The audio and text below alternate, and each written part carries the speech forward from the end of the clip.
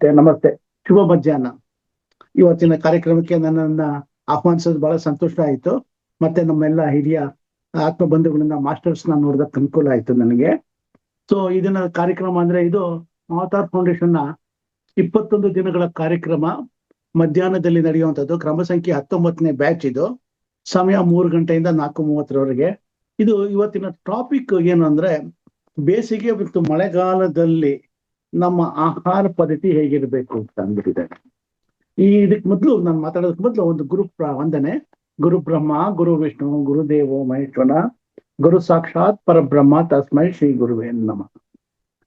ಈ ಮಹತಾರ್ ಫೌಂಡೇಶನ್ ಈ ಎಲ್ಲ ಕೆಲಸ ಕಾರ್ಯಗಳಿಗೂ ಬೆನ್ನೆಲುಬಾಗಿ ಸ್ಫೂರ್ತಿಯಾಗಿ ಇದ್ದವರು ಅಂತಂದ್ರೆ ಸುಭಾಷ್ ಪತ್ರಿಜಿ ಗುರುಗಳು.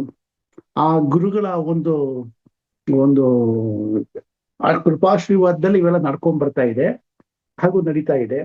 ಅದೇ ರೀತಿಯಾಗಿ ಅದೇ ಕಾರ್ಯಕ್ರಮಗಳನ್ನ ಅವರ ಏನ್ ಹಾಕಿಕೊಟ್ಟಿದ್ದಾರೆ ಆ ಒಂದು ಸೂತ್ರಗಳನ್ನ ಅನುಸರಿಸ್ಕೊಂಡು ಫಾಲೋ ಮಾಡಿಕೊಂಡು ರಂಗನಾಥ್ಜಿಯರವರು ಈ ಕಾರ್ಯಕ್ರಮಗಳನ್ನ 365 ದಿವಸಗಳ ಕಾಲ ಅದನ್ನ ಸತತವಾಗಿ ನಡೆಸುವಂತ ಕಾರ್ಯಕ್ರಮಗಳನ್ನ ಮಾಡ್ಕೊಂಡ್ ಬರ್ತಾ ಇದ್ದಾರೆ. ಹೋದ ವರ್ಷಕ್ಕಿಂತ ಈ ವರ್ಷ ಇತರೆ ಭಾಷೆಗಳಲ್ಲೊಂದು 365 ದಿವಸದ ಕಾರ್ಯಕ್ರಮಗಳು ಮಾಡ್ಬೇಕು ಅಂತ ಸಂಕಲ್ಪಿಸಿ ಅದನ್ನ ನಡೆಸ್ತಾ ಇದ್ದಾರೆ.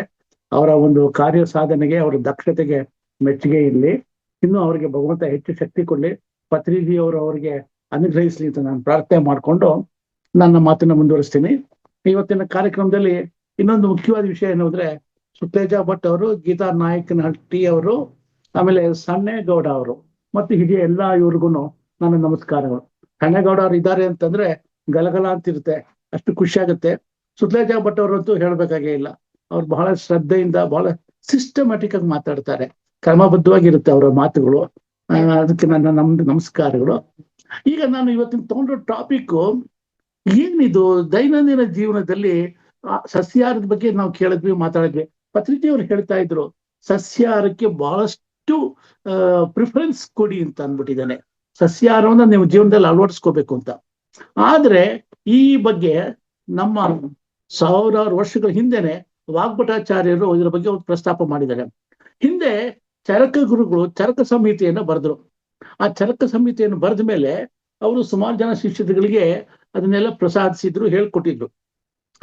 ಆವಾಗ ಅವರೆಲ್ಲ ಮುಂದಕ್ಕೆ ಅವರೆಲ್ಲ ಬೆಳೆದು ದೊಡ್ಡವರಾಗಿ ಅವರ ಮಾರ್ಗದರ್ಶನದಲ್ಲಿ ಬೇರೆ ಬೇರೆ ಕಡೆ ಒಂದು ಗುರುಕುಲಗಳನ್ನ ಕಟ್ಕೊಂಡಿದ್ರು. ಒಮ್ಮೆ ಚರಕರು ಅದನ್ನ ಫಾಲೋ ಮಾಡ್ಬೇಕು, ಚೆಕ್ ಮಾಡ್ಬೇಕು ಅಂತ ಹೋಗ್ತಾರೆ. ಮೊದಲನೇ ಒಬ್ಬ ಶಿಷ್ಯನ ಮನೆ ಹತ್ರ ಹೋಗಿ ಕೇಳ್ತಾರೆ, ಅವನ ಕುಟೀರಕ್ಕೆ ಹೋಗಿ ಕೋರುಕ್ ಅಂತ ಕೂಗ್ತಾರೆ.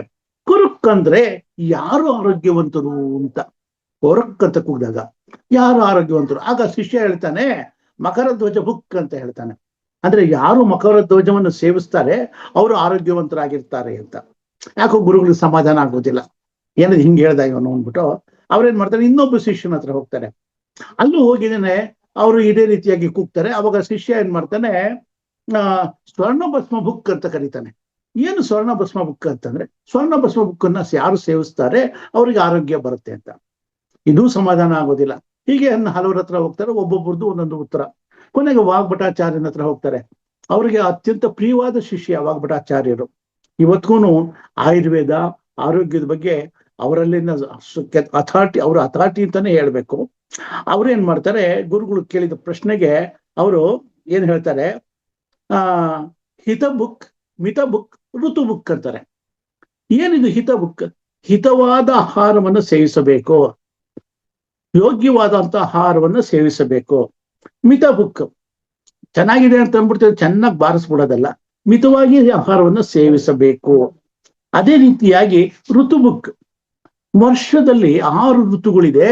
ಆ ಋತುಗಳಿಗೆ ತಕ್ಕನಾಗಿ ವಾತಾವರಣ ಬದಲಾವಣೆ ಆಗ್ತಿರುತ್ತೆ.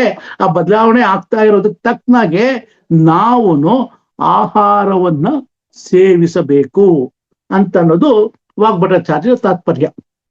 ಈ ಒಂದು ಮಾತನ್ನೇ ನಾನು ತಮ್ಮ ಹತ್ರ ಪ್ರಸ್ತಾಪಿಸೋದಕ್ಕೆ ಬಂದಿದ್ದೀನಿ.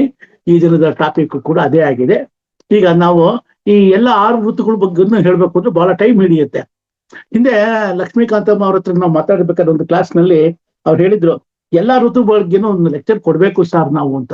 ಅವಾಗ ನಾನು ಹೇಳಿದ್ದೆ, ಅದು ಒಂದೊಂದು ಲೆಕ್ಚರ್ ಒಂದೊಂದು ಟಾಪ್ 6 ಋತುಗಳಿಗೂ ನಾವು ಕೊಡ್ಬೇಕು ಅಂತಂದ್ರೆ 6 ದಿವಸ ತಗೋಬೇಕಾಗತ್ತೆ ಅಂತ. ಇವತ್ತು ಸಿಂಹಾವಲೋಕನ ತರ ಎಲ್ಲಾ ಋತುಗಳದ್ದು ಒಂದೊಂದು ಸ್ವಲ್ಪ ಪಾಯಿಂಟ್ಸ್ ಗಮನಿಸೋಣ. ಅದಕ್ಕೆ ಮೊದಲಿಗೆ ಇವತ್ತಿನೊಂದು ಹೇಳ್ಬೇಕು ಅಂತ ಇದ್ದೀನಿ. ನಿನ್ನೆ ತಾನೇ ಅಂದ್ರೆ ಏಪ್ರಿಲ್ 7 ವಿಶ್ವ ಆರೋಗ್ಯದ ದಿನ ಅಂತ ಆಚರಿಸಿದ್ದಾರೆ. ವರ್ಲ್ಡ್ ಹೆಲ್ತ್ ಡೇ ಅಂತ ಅಂದ್ಬಿಟ್ಟಿದ್ದೇನೆ. ಇದು ಏನು ಅಂದ್ರೆ ಬಹಳ ಇಂಪಾರ್ಟೆಂಟ್. ಇವತ್ತಿನ ದಿವಸ ಇಡೀ ಪ್ರಪಂಚದಲ್ಲೇ ಕಾಡ್ತಿರೋ ಆರೋಗ್ಯ ಸಮಸ್ಯೆಗೆ ಕಡಿವಾಣ ಹಾಕೋದೇ ಆಗಿದೆ ಈ ವರ್ಲ್ಡ್ ಹೆಲ್ತ್ ಡೇ ಆರ್ಗನೈಸೇಷನ್ ಇಂದ, WHO ಒಂದು ಮುಖ್ಯ ಒಂದು ಇದು. ನಮ್ಮ ಆರೋಗ್ಯದ ವಿಷಯದಲ್ಲಿ ನಾವು ಲೆಕ್ಕ ಹಾಕ್ಬೇಕು ಅಂದ್ರೆ 2 ರೀತಿಯ ಕಾಯಿಲೆಗಳು ನಮ್ಮನ್ನ ಕಾಡುತ್ತವೆ. ಒಂದು ಏನಪ್ಪಾ ಅಂದ್ರೆ ಸಾಂಕ್ರಾಮಿಕ ರೋಗಗಳು, ಇನ್ನೊಂದು ಸಾಂಕ್ರಾಮಿಕವಲ್ಲದ ರೋಗಗಳು. ಸಾಂಕ್ರಾಮಿಕ ರೋಗಗಳು ಅಂದ್ರೆ ನಿಮ್ಗೆ ಗೊತ್ತೇ ಇದೆ, ಪ್ಲೇಗು, ಟೈಫಾಯ್ಡು, ಮಲೇರಿಯಾ, ಹೀಗೆ TB, ಈ ತರದ್ದೆಲ್ಲ ಸುಮಾರು ಕಾಯಿಲೆಗಳು. ಅವೆಲ್ಲ ಬಹಳಷ್ಟು ಮಟ್ಟಿಗೆ ನಿಗ್ರಹ ಆಗಿದೆ, ಕಂಟ್ರೋಲ್ ಬಂದಿದೆ. ಸಾಂಕ್ರಾಮಿಕವಲ್ಲದ ರೋಗಗಳು ಅಂದ್ರೆ ಯಾವುದು? ಮಧುಮೇಹ, ಕ್ಯಾನ್ಸರ್, ಹೃದಯದ ಕಾಯಿಲೆ, ಉಸಿರಾಟದ ಕಾಯಿಲೆ, ಅಧಿಕ ರಕ್ತದ ಒತ್ತಡ, ಇವ್ಯಾವುದನ್ನು ಇವತ್ತೂ ನಾವು ನಿಗ್ರಹಿಸಕ್ಕಾಗ್ತಿಲ್ಲ, ಕಂಟ್ರೋಲ್ ಮಾಡೋದಕ್ಕೂ ಆಗ್ತಿಲ್ಲ. ಹೀಗಾಗಿನೇ ವೈಜ್ಞಾನಿಕವಾಗಿ ಬಹಳಷ್ಟು ಜನ ಮಾಡ್ತಾ ಇದ್ದಾರೆ. ಅದೇ ರೀತಿಯಾಗಿ ಸನಾತನ ಧರ್ಮದಿಂದ ಬಹಳಷ್ಟು ಜನ ಗುರುಗಳು ಇದ್ರ ಬಗ್ಗೆ ಸಾಕಷ್ಟು ಸಂಶೋಧನೆಗಳನ್ನು ಮಾಡಿ ಕೆಲವನ್ನ ಮಾಡ್ಕೊಡ್ತಾ ಇದ್ದಾರೆ ನಮ್ಗೆ. ಅದರಲ್ಲಿ ಸುಭಾಷ್ ಪತ್ರಿಜಿ ಅವ್ರು ಮಾಡ್ಕೊಟ್ಟಿರುವಂಥದ್ದು ಧ್ಯಾನ, ಪ್ರಾಣಾಯಾಮ, ಪಿರಮಿಡ್ ನಲ್ಲಿ ಕೆಳಗೆ ಕುತ್ಕೊಂಡು ಮಾಡುವಂಥದ್ದು, ಈ ತರ ಸುಮಾರು ಪ್ರಯೋಗಗಳನ್ನ ಅವ್ರು ಮಾಡಿಕೊಟ್ಟಿದ್ದಾರೆ ನಮ್ಗೆ. ಇವೆಲ್ಲವನ್ನು ಮಾಡೋದ್ರಿಂದ ನಮ್ಗೆ ಬಹಳಷ್ಟು ಅನುಕೂಲ ಆಗುತ್ತೆ ಅನ್ನೋದು ಒಂದು ಮುಖ್ಯ ವಿಷಯ. ಅಪಾರ್ಟ್ ಫ್ರಮ್ ದಿಸ್, ಈ ಆರೋಗ್ಯ ದಿವಸಗಳಲ್ಲಿ ಈ ಜನರಲ್ ಆಗಿ ಹೇಳ್ಬೇಕು ಅಂದ್ರೆ ಇದೊಂದೇ ಸಾಲದು, ಇದ್ರ ಜೊತೆಗೆ ಬೇಕಾಗಿರುವಂಥದ್ದು ಆಹಾರ, ಉತ್ತಮವಾದಂತಹ ಆಹಾರವನ್ನು ಸೇವಿಸುವಂಥದ್ದು. ಸಸ್ಯಾಹಾರದಲ್ಲಿ ಅದು ಪ್ರಮುಖ ಪಾತ್ರವನ್ನು ವಹಿಸುತ್ತೆ. ಸಸ್ಯಾಹಾರ ಬಹಳ ಇಂಪಾರ್ಟೆಂಟ್ ಅನ್ನೋದನ್ನ ಹೇಳ್ತೀನಿ. ಈ ಸದೃಢ ದೇಹದಲ್ಲಿ ಸದೃಢ ಮನಸ್ಸು ಅನ್ನೋದು ಇರುತ್ತೆ ಅಂತಾರೆ. ಸದೃಢ ದೇಹ ಯಾತಕ್ ಬರುತ್ತೆ, ಹೇಗ್ ಬರುತ್ತೆ? ಒಳ್ಳೆಯ ಆಹಾರವನ್ನು ಸೇವಿಸಿದಾಗ ಅಂತ. ಹಾಗೆ ಆರೋಗ್ಯವಂತನ ಬಾಳು ಸಿರಿವಂತ ರೋಗಿಯ ಅಳು ಅಂತ ಹೇಳ್ತಾರೆ. ಆರೋಗ್ಯವಂತನವಾದಂತ ಬಡವನ ಬಾಳು ತುಂಬಾ ಚೆನ್ನಾಗಿರುತ್ತಂತೆ. ಅದಕ್ಕಿನ್ನ ಸಿರಿವಂತನ ಆರೋಗ್ಯ ಬಹಳ ಕೆಟ್ಟದಾಗಿರುತ್ತಂತೆ. ಅವನು ಯಾವಾಗಲೂ ಗೋಳಾಡ್ತಾನೆ ಇರ್ತಾನೆ. ಹೆಲ್ತ್ ಬಿಗಿನಿಂಗ್ಸ್ ಹೋಪ್ಫುಲ್ ಫ್ಯೂಚರ್ಸ್ ಅಂತ. ಹೆಲ್ತ್ ಬಿಗಿನಿಂಗ್ಸ್ ನಾನು ಯಾವಾಗ ಶುರು ಮಾಡ್ಕೋತೀವಿ, ಮುಂದಕ್ಕೆ ಅದು ಹೋಪ್ಫುಲ್ ಫ್ಯೂಚರ್ಸ್ ಆಗಿರುತ್ತೆ ಅಂತಾನು ಹೇಳ್ಬೋದು. ನಾವು ಬದುಕೋದಿಕ್ಕೆ ಜನರಲ್ಲ ಸ್ವಲ್ಪ ವಿಷಯಗಳು ನಾವು ಮಾತಾಡ್ಲೇಬೇಕಾಗತ್ತೆ ಇವತ್ತಿನ ದಿವಸ. ಯಾಕೆಂದ್ರೆ ಸಸ್ಯಾಹಾರದ ಬಗ್ಗೆ ಒಂದೆರಡು ಪಾಯಿಂಟ್ಸ್ ಮಾತಾಡಿ ಆಮೇಲೆ ಅದಕ್ಕೂ ಹೋಗೋಣ. ನಾವು ಬದುಕಲು ಗಾಳಿ, ನೀರು ಎಷ್ಟು ಮುಖ್ಯನೋ ಆಹಾರನೂ ನಮಗ್ ಬೇಕೇ ಬೇಕು. ಶರೀರದ ಆರೋಗ್ಯಕ್ಕೆ ನಾವು ತಿನ್ನುವ ಆಹಾರವೇ ಅವಲಂಬಿತವಾಗಿದೆ. ಯಾಕೆ? ನಮ್ಮ ಶರೀರದ ರಕ್ಷಣೆಗೆ, ಶರೀರದ ಬೆಳವಣಿಗೆಗೆ, ಮೂಳೆಗಳು, ಮಾಂಸ, ಹಾರ್ಮೋನ್ಸು, ಕಣ್ಣಿನ ದೃಷ್ಟಿ, ಬುದ್ಧಿ, ಜ್ಞಾನ ಇವೆಲ್ಲ ಬೆಳೆಯೋದಕ್ಕೆ ನಾವು ತಗೊಳ್ಳುವಂತ ಆಹಾರನೂ ಮುಖ್ಯವಾಗಿರುವಂಥದ್ದು. ಯಾವ ರೀತಿಯ ಆಹಾರಗಳನ್ನ ನಾವು ತಗೋಬೇಕಾಗತ್ತೆ? ಅದಕ್ಕೆ ಮುಖ್ಯವಾಗಿ ನಮ್ಗೆ ಬೇಕಾಗಿರುವಂಥದ್ದು ಶರೀರಕ್ಕೆ ಪ್ರೋಟೀನ್ಸ್ ಬೇಕಾಗತ್ತೆ, ಕಾರ್ಬೋಹೈಡ್ರೇಟ್ಸ್ ಬೇಕಾಗತ್ತೆ, ವೈಟಮಿನ್ಸ್ ಬೇಕಾಗತ್ತೆ, ಖನಿಜಾಂಶಗಳು ಬೇಕಾಗತ್ತೆ, ನೀರು ಬೇಕಾಗತ್ತೆ. ಆಹಾರದಲ್ಲಿ 2 ರೀತಿಯ ಕ್ಲಾಸಿಫಿಕೇಶನ್ ಮಾಡ್ಬೋದು. ಯಾವ್ದಪ್ಪ ಅದು? ರಚನಾತ್ಮಕವಾದಂತ ಆಹಾರ, ರಕ್ಷಣಾತ್ಮಕವಾದಂತ ಆಹಾರ. ರಚನಾತ್ಮಕವಾದಂತ ಆಹಾರ ಅಂದ್ರೆ ಶಕ್ತಿದಾಯಕವಾದಂತ ಆಹಾರ. ಕಾರ್ಬೋಹೈಡ್ರೇಟ್ಸು, ಮೇಧಸ್ಸು, ಕೊಬ್ಬು ಇವೆಲ್ಲ ಬೇಕು ನಮ್ಗೆ. ಕೊಬ್ಬು ಒಳ್ಳೆ ಕೊಬ್ಬುಗಳು ಇದೆ, ಅದು ನಮ್ಮ ಆರೋಗ್ಯಕ್ಕೆ ಬೇಕಾಗಿರುವಂಥದ್ದು. ರಕ್ಷಣಾತ್ಮಕವಾದಂತ ಆಹಾರ ಅಂದ್ರೆ ನಮ್ಗೆ ಬೇಕಾಗಿರುವಂಥದ್ದು ವೈಟಮಿನ್ಸು, ಖನಿಜಾಂಶ ಮತ್ತು ನೀರು. ನೀರು ಕುಣಿದಾಗ್ಲೇ ನನಗೆ ಎನರ್ಜಿ ಬರೋದು, ಶಕ್ತಿನೂ ಬರೋದು. ಅದಕ್ಕೆ ಇವೆಲ್ಲ ರಕ್ಷಣಾತ್ಮಕವಾದಂತ ಆಹಾರಗಳು ಅಂತ ವಿಂಗಡಣೆಗೆ ಬರುತ್ತೆ. ಇನ್ನು ನಾವು ಆಹಾರದಲ್ಲಿ ನಾವು ಹೇಳ್ತಾ ಬರ್ಬೇಕು ಅಂದ್ರೆ 3 ರೀತಿಯ ಕ್ಲಾಸಿಫಿಕೇಶನ್ಸ್ ಮಾಡ್ಕೋಬಹುದು, ವಿಭಾಗಗಳನ್ನು ಮಾಡ್ಕೋಬಹುದು. ಯಾವ್ದಪ್ಪ ಅಂದ್ರೆ ಸಾತ್ವಿಕ ಆಹಾರ, ರಾಜಸಿಕ ಆಹಾರ, ತಾಮಸಿಕ ಆಹಾರ. ಸಾತ್ವಿಕ ಆಹಾರ ಅಂದ್ರೆ ಶುದ್ಧತೆ, ಆರೋಗ್ಯಕ್ಕೆ ಸಾಮರಸ್ಯ ಕೊಡುತ್ತೆ, ಯೋಗಕ್ಷೇಮಕ್ಕೆ ಒಳ್ಳೇದು. ಸಾತ್ವಿಕ ಆಹಾರವನ್ನು ಸೇವಿಸೋದ್ರಿಂದ ಮನಸ್ಸು ಶುದ್ಧವಾಗಿರುತ್ತೆ, ಪ್ರಜ್ಞೆ ಶುಚಿಯಾಗಿರುತ್ತೆ, ಒಳ್ಳೆ ಪ್ರಜ್ಞೆ ಇರುತ್ತೆ ನಮ್ಗೆ. ಶುದ್ಧ ಮನಸ್ಸಿನ ಜನರು ಶುದ್ಧವಾದಂತ ಆಹಾರವನ್ನೇ ಬಯಸ್ತಾರೆ, ಸಾತ್ವಿಕ ಆಹಾರನೇ. ಅದಕ್ಕೆ ಅವ್ರಿಗೆ ಮನಸ್ಸು ಚೇಂಜ್ ಮಾಡೋದಕ್ಕೆ ಆಗೋದಿಲ್ಲ. ಯಾಕೆಂದ್ರೆ ಮನಸ್ಸು ಅಷ್ಟು ನಿರ್ಮಲವಾಗಿರುತ್ತೆ, ಬೇರೆ ಅದನ್ನ ಏನೇ ಕೊಟ್ಟರು ಅದು ತಿನ್ನೋದಕ್ಕೆ ಹೋಗೋದಿಲ್ಲ ಅವರು. ಸೊ ಸಾತ್ವಿಕ ಆಹಾರದಿಂದ ನಮ್ಗೇನ್ ಬರುತ್ತೆ? ಪ್ರಶಾಂತತೆ, ಸೌಹಾರ್ದತೆ, ಶಕ್ತಿ ಬರುತ್ತೆ, ಉತ್ಸಾಹ ಬರುತ್ತೆ, ಆರೋಗ್ಯ ಬರುತ್ತೆ, ಭರವಸೆ ಬರುತ್ತೆ, ಆಕಾಂಕ್ಷೆಗಳು, ಒಳ್ಳೊಳ್ಳೆ ಆಕಾಂಕ್ಷೆಗಳಿರುತ್ತೆ, ಸೃಜನಶೀಲತೆ ಹಾಗೂ ನಮ್ಮ ಶರೀರದಲ್ಲಿನ ತೂಕ ನಿಯಂತ್ರಣವನ್ನು ನಾವು ಈ ಸಾತ್ವಿಕ ಆಹಾರದಿಂದ ಕಂಡುಕೋಬಹುದು. ಸಾತ್ವಿಕ ಆಹಾರದಲ್ಲಿ ನಾರಿನಾಂಶ ಇರೋ ಆಹಾರಗಳು ಇರುತ್ತವೆ, ಫ್ರೂಟ್ಸ್, ವೆಜಿಟಬಲ್ಸ್ ಇವೆಲ್ಲ ಇರುತ್ತೆ. ರಸವತ್ತಾದ ಹಣ್ಣುಗಳನ್ನು ನಾವು ಸೇವಿಸಬೇಕು. ಡ್ರೈ ಫ್ರೂಟ್ಸು ಸಾತ್ವಿಕ ಆಹಾರ ಆಗುತ್ತೆ. ಕಡಿಮೆ ಮಸಾಲೆ ಪದಾರ್ಥಗಳು ಆಹಾರ ಸಾತ್ವಿಕ ಆಹಾರ ಆಗುತ್ತೆ. ಹರ್ಬಲ್ ಟೀ, ಗ್ರೀನ್ ಟೀ ಇವೆಲ್ಲಾನು ಸಾತ್ವಿಕ ಆಹಾರನೇ ಆಗುತ್ತೆ. ಹಸುವಿನ ಹಾಲು, ಹಾಲು ಅಂದ್ರೆ ತಾಜಾ ಹಸುವಿನ ಹಾಲು, ದೇಶಿ ಹಸುವಿಂದು, ನಾಟ್ ಪಾಶ್ಚರೈಸ್ಡ್. ಈ ನಂದಿನಿ ಡೈರಿ ಅಲ್ಲಿ ಇಲ್ಲಿಂದ ತರ್ತೀವಲ್ಲ, ಆ ಡೈರಿ ಹಾಲುಗಳು ನಮಗೆ ಪಾಶ್ಚರೈಸ್ಡ್ ಅದು. ಯಾಕೆಂದ್ರೆ ಎಲ್ಲಾ ಇದನ್ನು ತಂದು ಹಸುವಿನ ಹಾಲುಗಳನ್ನು ತಂದು ಕ್ರೋಢೀಕರಿಸಿ ಡೈರಿಗಳಲ್ಲಿ ತಂದು ಮಾಡಿರ್ತಾರೆ. ಅದ್ರ ಬಗ್ಗೆ ಬಹಳಷ್ಟು ವಿಷಯಗಳಿದೆ. ಅದನ್ನ ಎಷ್ಟು ಯಾತಕ್ಕೆ ಅದು ಒಳ್ಳೇದಲ್ಲ ಅನ್ನೋದಕ್ಕೆ ಹೇಳ್ಬೇಕು ಅಂತಂದ್ರೆ ಇದೆ. ಹಂಗ್ ನೋಡಕ್ ಹೋದ್ರೆ ಈಗ ಡೈರಿ ಹಾಲುಗಳನ್ನ ನೀವು ಕುಡಿಯೋದಕ್ಕಿಂತ ಸುಮ್ಮನಿರೋದೇ ಮೇಲು ಅಂತಾರೆ. ಅದರಿಂದಾನೇ 50% ಆಫ್ ದಿ ಡಿಸೀಸಸ್ ಬರುತ್ತೆ ಅಂದ್ಬಿಟ್ಟು ಒಬ್ಬ ಆರೋಗ್ಯ ತಜ್ಞ ಖಾದರ್ ಅನ್ನೋರು ಹೇಳ್ತಾ ಇರ್ತಾರೆ ಅವರ ಭಾಷಣಗಳಲ್ಲೇ. ಇನ್ನ ಸಾತ್ವಿಕ ಆಹಾರದಲ್ಲಿ ಗಾಣದ ಎಣ್ಣೆ ಅಂದ್ರೆ ಕೋಲ್ಡ್ ಪ್ರೆಸ್ಡ್ ಆಯಿಲ್ಸ್ ಬಹಳ ಇಂಪಾರ್ಟೆಂಟ್ ಆಗುತ್ತೆ. ಸಾತ್ವಿಕ ಆಹಾರದಲ್ಲಿ ಮೊಳಕೆ ಕಾಳುಗಳು, ತುಪ್ಪ, ಜೇನುತುಪ್ಪ, ದ್ವಿದಳ ಧಾನ್ಯಗಳು, ತರಕಾರಿ, ಹಣ್ಣಿನ ರಸಗಳು, ಸಕ್ಕರೆ ಅಂಶ ಕಮ್ಮಿ ಇರುವಂಥದ್ದು, ಇವೆಲ್ಲ ಬಹಳ ಒಳ್ಳೇದು ಅಂತ ನಾನು ಹೇಳ್ತೀನಿ. ಇನ್ನು ರಾಜಸಿಕ ಆಹಾರಗಳು ಅಂತಂದ್ರೆ ಹೆಚ್ಚು ಮಸಾಲೆ ಪದಾರ್ಥಗಳು ಇರುವಂಥದ್ದು, ಈರುಳ್ಳಿ, ಬೆಳ್ಳುಳ್ಳಿ, ಕರಿದ ಆಹಾರ, ಕಾಫಿ, ಟೀ, ಪ್ರೊಸೆಸ್ಡ್ ಫುಡ್, ಸಕ್ಕರೆ, ಬೇಕರಿ ಐಟಮ್ಸು, ಚಾಕ್ಲೇಟ್ಸು ಇವೆಲ್ಲಾನು ಯೂಸ್ ಮಾಡುವಂಥದ್ದು ಬಹಳ ಬೇಗ ಅಟ್ರಾಕ್ಟ್ ಮಾಡುತ್ತೆ ನಮಗೆ. ಹಾಗೆ ಇದು ತ್ವರಿತವಾಗಿ ಒಂಥರ ಬೂಸ್ಟ್ ಕೊಡುತ್ತೆ, ಶಕ್ತಿ ಕೊಡುತ್ತೆ ನಮಗೆ. ಆಮೇಲೆ ಕ್ರಮೇಣ ನಮಗೆ ಒತ್ತಡ ಅನ್ನೋದು ಬರಕ್ ಶುರುವಾಗುತ್ತೆ. ನಮಗೆ ಈ ರಾಜಸಿಕ ಆಹಾರದಿಂದ ನಮ್ಗೆ ಏನಾಗುತ್ತೆ, ಮಾನಸಿಕ ಸಮತೋಲನ ಕಮ್ಮಿ ಆಗುತ್ತೆ, ಘಾಸಿ ಕೊಡುತ್ತೆ, ಡಿಪ್ರೆಷನ್ಗೆ ಹೋಗ್ತೀವಿ ನಾವು. ನಮ್ಗೆ ಗೊತ್ತಿದ್ದಾಗ ಏನೋ ಒಂದು ರೀತಿಯ ಸಮಸ್ಯೆಗಳು ನಮ್ಮಲ್ಲಿ ಉದ್ಭವ ಆಗ್ತಾ ಹೋಗುತ್ತೆ. ಇನ್ನು ಮೊಟ್ಟೆ, ಮಾಂಸ ಇವೆಲ್ಲ ನಮಗೆ ಆ ತಾಮಸಿಕ ಆಹಾರ ಅಂತ ಕರಿತೀವಿ. ಆಮೇಲೆ ಬೆಳಗ್ಗೆಯಿಂದ ಸಾಯಂಕಾಲದವರೆಗೂ ಅಥವಾ 2 ದಿವಸ ಇಟ್ಕೊಂಡು ಪದೇ ಪದೇ ಬಿಸಿ ಮಾಡಿ ತಿಂತಾ ಇರ್ತೀವಲ್ಲ, ಅದು ತಾಮಸಿಕ ಆಹಾರ ಆಗುತ್ತೆ. ಮದ್ಯ, ಮಾಂಸ ಇವೆಲ್ಲಾನು ಒಳ್ಳೇದೇ ಅಲ್ಲ. ಅದು ಅಸಡ್ಡೆ, ಜಡತ್ವ, ಒಂಥರ ಲೇಜಿನೆಸ್, ಮಧುಮೇಹ, ಬೊಜ್ಜು, ಯಕೃತ್ತಿನ ಕಾಯಿಲೆಗಳು ಬರೋದಕ್ಕೆ ನಮ್ಗೆ ಅನುಕೂಲ ಮಾಡಿಕೊಡುತ್ತವೆ ಅವು. ಇನ್ನು ನಾವು ಪತ್ರಿಜಿಯವ್ರ ಬಗ್ಗೆ ಹೇಳ್ಬೇಕು ಅಂತಂದ್ರೆ, ಪತ್ರಿಜಿಯವ್ರು ಸದಾ ಹೇಳ್ತಿದ್ರು ಸಸ್ಯಾಹಾರಿಗಳಾಗಿ ಮಾಂಸಾಹಾರಿಗಳಾಗ್ಬೇಡಿ ಅಂತ. ಮಾಂಸಾಹಾರವನ್ನು ಸೇವಿಸೋರ ಬಗ್ಗೆ ಒಂದು ವಿಚಾರ ಮಾಡಬೇಕು. ಪ್ರಾಣಿಗಳು ಮತ್ತು ಮನುಷ್ಯರು ನಾವೆಲ್ಲ ಒಂದೇ ಕ್ಯಾಟಗರಿಗೆ ಬರ್ತೀವಿ, ಸಸ್ಯಗಳು ಬೇರೆ. ಈ ನಾವು ಪ್ರಾಣಿಗಳು ಅಂತಂದಾಗ ಮನುಷ್ಯರು, ನಾವು ಪ್ರಾಣ ಹುಟ್ಟ ತಕ್ಷಣ ಆತ್ಮ ಹೊಟ್ಟು ಹೋಗುತ್ತೆ, ಪ್ರಾಣಿಗಳ ಆತ್ಮನು ಹೋಗುತ್ತೆ. 83 ಲಕ್ಷ ಯೋನಿಗಳಲ್ಲಿ ನಾವು ಹುಟ್ಟಿ ಬರ್ತೀವಿ ಅಂದ್ರೆ 87 ಲಕ್ಷ ಯೋನಿಗಳಲ್ಲಿ ಅದರಲ್ಲಿ ಪ್ರಾಣಿಗಳು ಸೇರ್ಕೊಂಡಿರುತ್ತವೆ. ಈ ನಾವು ಕೋಳಿ, ಕುರಿ ಇವನ್ನೆಲ್ಲ ನಾವು ಕಡ್ದು ತಿಂತೀವಿ ಅಂತಂದಾಗ ಅದು ಸಾಯಿಸ್ತೀವಿ. ಸತ್ತ ಮೇಲೆ ಅದನ್ನ ಶೈತ್ಯಾಗಾರದಲ್ಲಿ ಇಡ್ತೀವಿ. ಅಲ್ಲಿಂದ ಅದನ್ನ ತಗೊಂಡ್ಬಂದು ಪ್ರೋಸೆಸ್ ಮಾಡಿ ನಾವು ಮನೆಗಳಿಗೆ ತಗೊಂಡ್ಬರ್ತೀವಿ, ಅದನ್ನ ತಿಂತೀವಿ. ಮನುಷ್ಯ ಸತ್ತ ತಕ್ಷಣ ಅದು ಹೆಣ ಆಗತ್ತೆ, ಶವ ಆಗತ್ತೆ. ಆ ಶವನ ನಾವು ತಕ್ಷಣ ಸಂಸ್ಕಾರ ಮಾಡಿ ಅಂತ ಹೇಳ್ತೀವಿ ನಾವು. ಹಾಗೆ ಪ್ರಾಣಿಯನ್ನು ಅಷ್ಟೇನೆ, ತಕ್ಷಣ ಅದನ್ನ ಉಳ್ಬೇಕು, ಇಲ್ಲ ಸುಡ್ಬೇಕಾಗತ್ತೆ. ನಾವು ಯಾವುದು ಮಾಡಿರೋದಿಲ್ಲ. ಅದು ಆಗ್ತಾನೆ ಸತ್ತ ತಕ್ಷಣದಿಂದ ಅದು ಡಿಕೆ ಆಗಕ್ ಶುರುವಾಗಿರುತ್ತೆ. ಶೈತ್ಯಾಗಾರದಲ್ಲಿ ಇದ್ರೂ ಅದು ಹಾಗೆ ಇರುತ್ತೆ. ಹಾಗೆ ಏನಾಗುತ್ತೆ, ಕೊನೆಗೆ ಏನಾಗುತ್ತೆ ನಾವು ಹೇಳ್ಬೇಕು ಅಂತಂದ್ರೆ, ನಾವು ಇದು ಇನ್ನೊಂದು ರೀತಿ ಅರ್ಥದಲ್ಲಿ ಹೇಳ್ಬೇಕು ಅಂದ್ರೆ, ನಾವು ಹೆಣವನ್ನು ತಿನ್ನೋರಾಗ್ತೀವಿ ನಾವು. ಸ್ವಲ್ಪ ವಿಚಾರ ಮಾಡಿದ ಸ್ನೇಹಿತರೆ, ಆತ್ಮ ಬಂಧುಗಳೇ, ಮಾಂಸಾಹಾರ ಎಷ್ಟಕ್ಕೆ ಕೆಟ್ಟದ್ದು ಅನ್ನೋದನ್ನ ನಾವು ಇದೊಂದು ಎಕ್ಸಾಂಪಲ್ ಇಂದ ತಿಳ್ಕೊಬಹುದು. ಯಾತಕ್ಕೆ ಗುರುಗಳು ನಮ್ಗೆ, ಈ ಪತ್ರ ಗುರುಗಳು ಹಾಗೆ ಇತರ ಎಷ್ಟೋ ಜನ ಗುರುಗಳು ಅಡ್ವೈಸ್ ಮಾಡ್ತಿದ್ರು, ಸಸ್ಯಾಹಾರ, ಸಾತ್ವಿಕ ಆಹಾರ ನಮ್ಮ ಶರೀರಕ್ಕೆ ಬೇಕಾದ್ದು ಒಳ್ಳೇದು ಅಂತ. ಸಾತ್ವಿಕ ಆಹಾರದಲ್ಲಿ ಬೇಕಾದಷ್ಟು ಇದೆ. ಮಾಂಸಾಹಾರಕ್ಕಿಂತ ಉಪಯುಕ್ತವಾದದ್ದು ಇನ್ನೂ ಚೆನ್ನಾಗಿರುವಂತ ಆಹಾರಗಳು ಇದೆ. ಅದರ ಬಗ್ಗೆ ಹಿಂದಿನ ಒಂದು ಸಸ್ಯಾಹಾರ ಲೆಕ್ಚರ್ನಲ್ಲಿ ಅದನ್ನ ಕೆಲವು ಉದಾಹರಣೆಗಳನ್ನ ನಾನು ಕೊಟ್ಟಿದ್ದೆ. ಸಮಯ ಉದ್ಭವ ಇರೋದ್ರಿಂದ ಅದ್ ಹೇಳಿ ಕಷ್ಟ ಆಗುತ್ತೆ, ಅದಕ್ಕೋಸ್ಕರ ಅದನ್ನ ಹೇಳೋದಿಲ್ಲ. ಹಾಗಾಗಿದ್ರೆ ನಾವು ಕೊಳೆತ ಮಾಂಸವನ್ನು ತಿನ್ನಂಗೆ ಆಗುತ್ತೆ.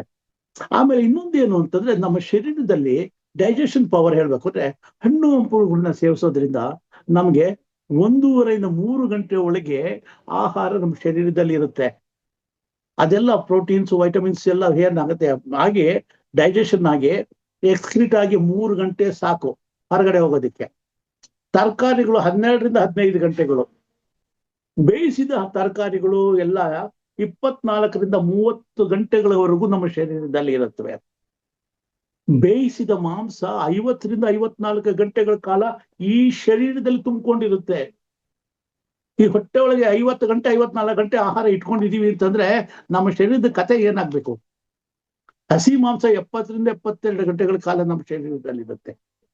ಇವೆಲ್ಲ ಏನ್ ಮಾಡುತ್ತೆ? ನಮ್ಗೆ ಒಂದು ಜಡತ್ವ ಕ್ರಿಯೇಟ್ ಮಾಡುತ್ತೆ. ಜಸ್ಟ್ ಇಮ್ಯಾಜಿನ್ ಮಾಡಿ, ಇದನ್ನ ನಾವೇನು ಹೇಳ್ಬೇಕು, ಇದನ್ನ ಅಂಗೈಲಿ ಸುಣ್ಣ ಹಚ್ಬಿಟ್ಟು ಆಕಾಶ ಅಂತ ತೋರಿಸ್ಬೇಕಾಗಿಲ್ಲ. ಸಸ್ಯಾಹಾರದ ಮಹತ್ವ ಏನು ಅನ್ನೋದನ್ನ, ನಮ್ಮ ರೈತರು ಬೆಳೀತಾ ಇರೋ ಸಸ್ಯಗಳು, ಆಹಾರಗಳು ಬಹಳಷ್ಟು ಉಪಯುಕ್ತವಾಗಿರುವಂಥದ್ದು. ತರಹವಾರಿ ಪ್ರತಿ ಋತುಗಳಲ್ಲಿ ಹೇಗೆ ತರಕಾರಿಗಳು ಬರ್ತಾ ಇವೆ, ಹಣ್ಣು ಹಂಪಲುಗಳು ಬರ್ತಾ ಇವೆ, ಅವೆಲ್ಲನೂ ನಮಗೆ ಆಗಿಂದಾಗ್ಗೆ ಆ ಕಾಲಕ್ಕೆ ತಕ್ಕನಾಗೆ ಉಪಯೋಗಿಸೋದಕ್ಕೆ ಪ್ರಕೃತಿ ಮಾತೆ ಕೊಟ್ಟಿರುವಂತ ಒಂದು ವರದಾನ ಅಂತ ಹೇಳಿದ್ರೆ ತಪ್ಪೇನಲ್ಲ. ಸೊ ಹಾಗೇನೆ ಇನ್ನೊಂದು ಹೇಳ್ತೀನಿ, ಧ್ಯಾನಿಗಳು ವಿದ್ಯಾರ್ಥಿಗಳಿಗೆ ಆಲೂಗೆಡ್ಡೆಯನ್ನ ಕಮ್ಮಿ ಮಾಡಿ.